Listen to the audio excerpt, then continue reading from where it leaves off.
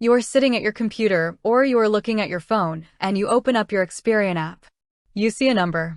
Let's say it's a 760. You think, fantastic. My credit is in great shape. But then, just a few minutes later, you log into your bank account or you check an app like Credit Karma and you see your TransUnion or your Equifax score. And guess what? It says 715. Your heart drops. You instantly panic.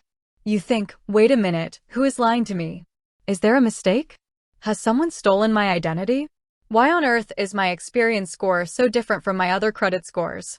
Listen to me. I want you to take a deep breath because you are not alone in this frustration and you have not done anything wrong.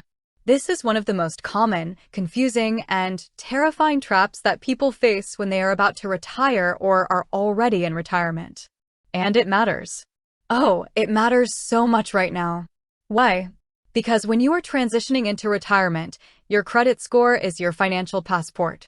You might be planning to downsize your home, relocate to a beautiful new condo, buy a reliable car that will last you the next 15 years, or even co-sign a loan for a grandchild. If you go to a lender thinking your score is a 760 and they pull a score that says 715, it could mean the difference between getting approved or denied. It could mean paying thousands of dollars more in interest on a fixed income where every single penny counts.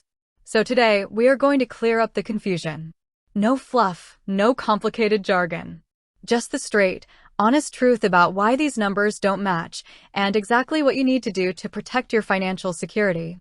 To understand why your Experian score is different, you first have to understand that you do not have just one credit score. You have dozens of them.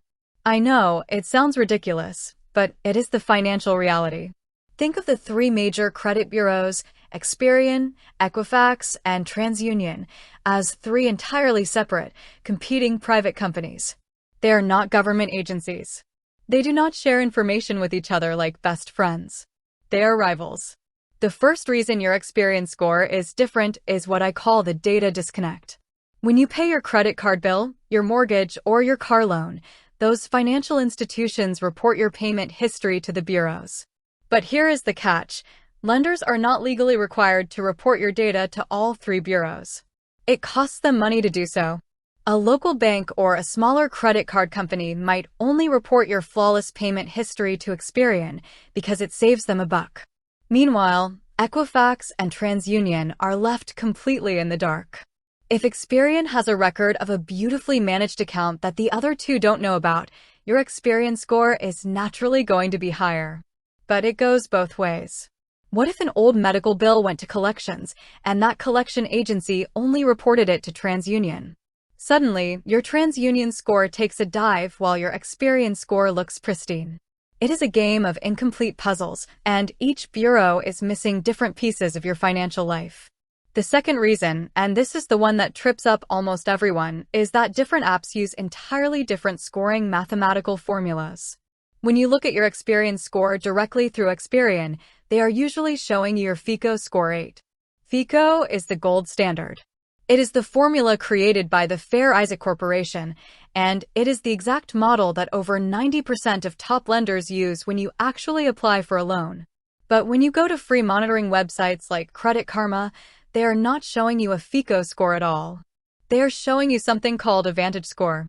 VantageScore is a completely separate mathematical formula created by the three bureaus to compete with FICO. So, how do we fix this? What is your actionable takeaway right now? First, you must stop obsessing over the exact number and start focusing on the data. Go to the official website annualcreditreport.com. It is the only website explicitly mandated by federal law where you can pull your credit reports from Experian, Equifax, and TransUnion for absolutely free. I want you to print out all three reports. Sit down with a cup of coffee, a highlighter, and your glasses. Line them up side by side. Look at every single account. Is there an account on Experian that isn't listed on the others? Is there an error on your Equifax report that is dragging your score down? Look for incorrect addresses, misspelled names, or worse, accounts you never opened. If you find a mistake on one bureau's report, you must dispute it immediately with that specific bureau. Fixing a single error on a lagging report can instantly bring it up to match your higher score. Second, you need to know your audience. If you know you are about to apply for a major loan in retirement, ask the lender before they run your credit. Which credit bureau do you use to pull scores? If they say they use TransUnion, then you know that your Experian score doesn't matter for this transaction. You need to log into your TransUnion data and make sure it is spotless. Third, pay attention to your credit utilization ratio. This is the amount of credit you are using compared to your total limits. This factor heavily influences both FICO and VantageScore models. Keep your balances below 30% on every single card, ideally below 10% if you are preparing for a major purchase. This keeps your scores stable across all three bureaus, regardless of which formula a lender decides to use. Your credit score doesn't define your worth as a human being, but it absolutely dictates your financial freedom in retirement. Do not let a mismatch between Experian and the other bureaus cause you sleepless nights. Understand that they are different systems, check your raw data for errors, and stay in control of your financial destiny. Because if you don't take care of your money, who will?